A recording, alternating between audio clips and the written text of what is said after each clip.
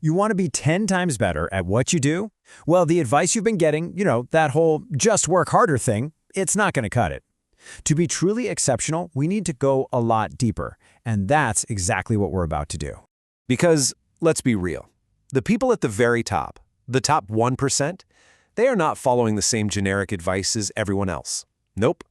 They're playing a completely different game.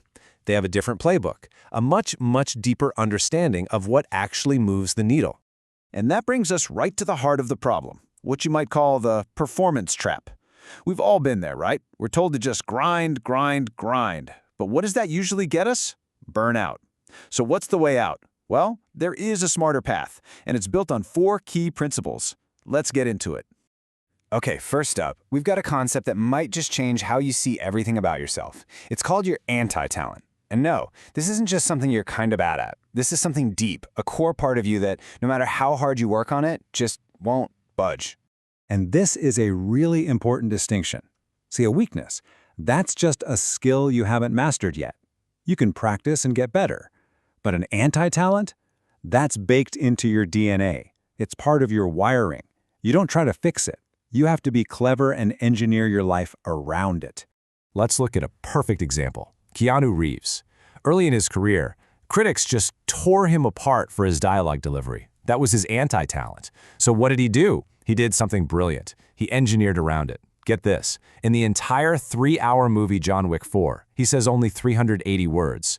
Instead, he doubled down on his actual talents, his incredible physicality, his screen presence, and, well, he became an absolute icon. And you see this same thing play out at the highest levels of business. Think about Satya Nadella at Microsoft. He took over from Steve Ballmer, who was famous for this super high-energy, bombastic style.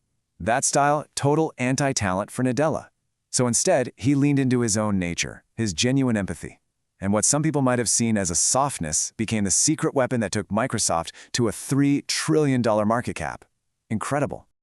So you're probably wondering, okay, how do I find my anti-talent? Well, here's a simple 3-question framework. The first 2 questions are your clues. 1, what completely drains your energy even though other people seem to love it? And 2, what have you been grinding at for years with almost nothing to show for it?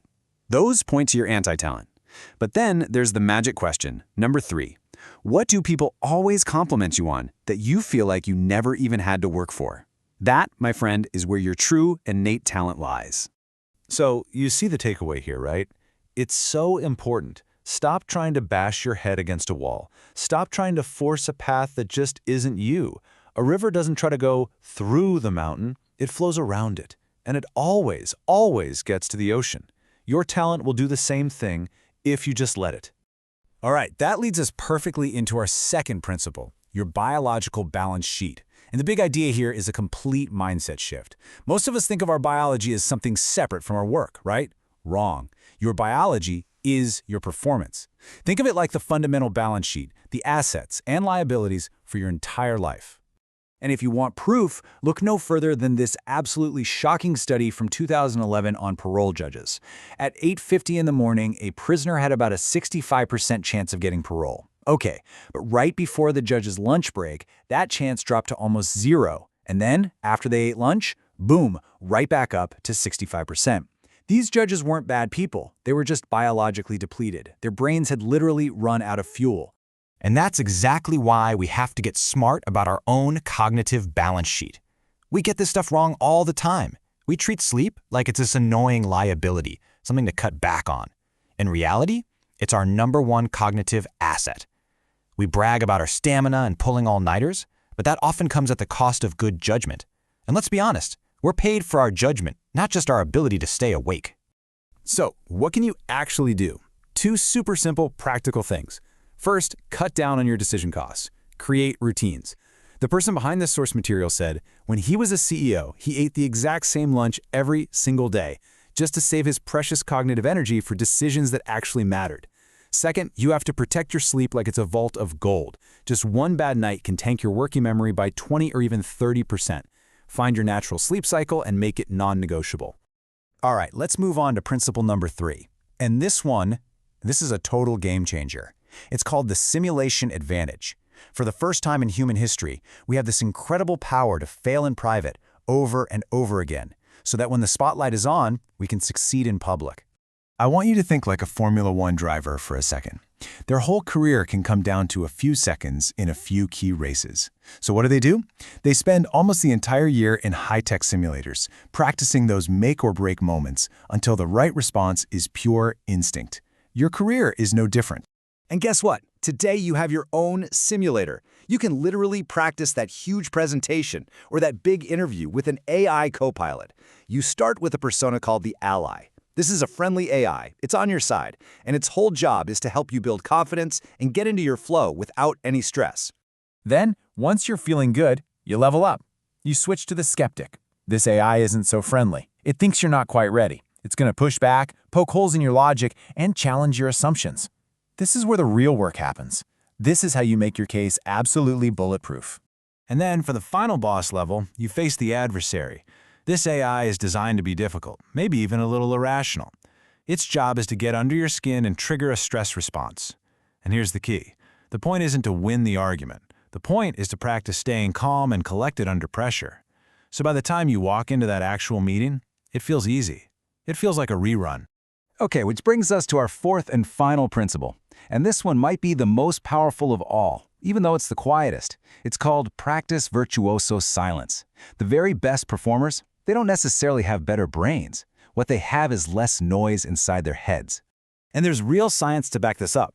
A fascinating study from 2024 confirmed that this thing called internal neural noise is the true performance killer. When the pressure is on, this internal static can absolutely wreck your decision-making, and it doesn't matter how smart you are or how much experience you have. The real enemy isn't the problem you're facing, it's the static buzzing between your ears. So how do you actually turn down the volume on that noise? With a simple 3-step routine you can use between tasks. It's called stop, drop, and swap. First, you stop. And I mean really stop. You completely finish what you were doing. Close the tab, shut the book, no mental leftovers. Second, you drop. Just physically let your shoulders drop. Unclench your jaw. Take one single deep breath. And finally, swap. Use a small trigger to pivot your focus to the next thing. You know, it's just like in music. It's the silence between the notes that creates the beauty. Okay, we've gone through all 4 principles, but there's one last crucial idea that ties everything together, and it's called the success paradox. And it's this: you cannot focus on being successful. You just can't, because success itself is an outcome, and it's totally outside of your control. The only thing you can ever really truly control is your focus on being skillful. Look, success operates on its own timeline. It shows up when it's ready, not when you are. So your job isn't to chase it. Your job is to do the work, to get better at your craft day in and day out, and to just leave the door open. Let the winds of chance blow in when they're ready. If you slam that door shut by only chasing outcomes, you're not going anywhere. But if you keep it open, you just might find yourself carried somewhere extraordinary.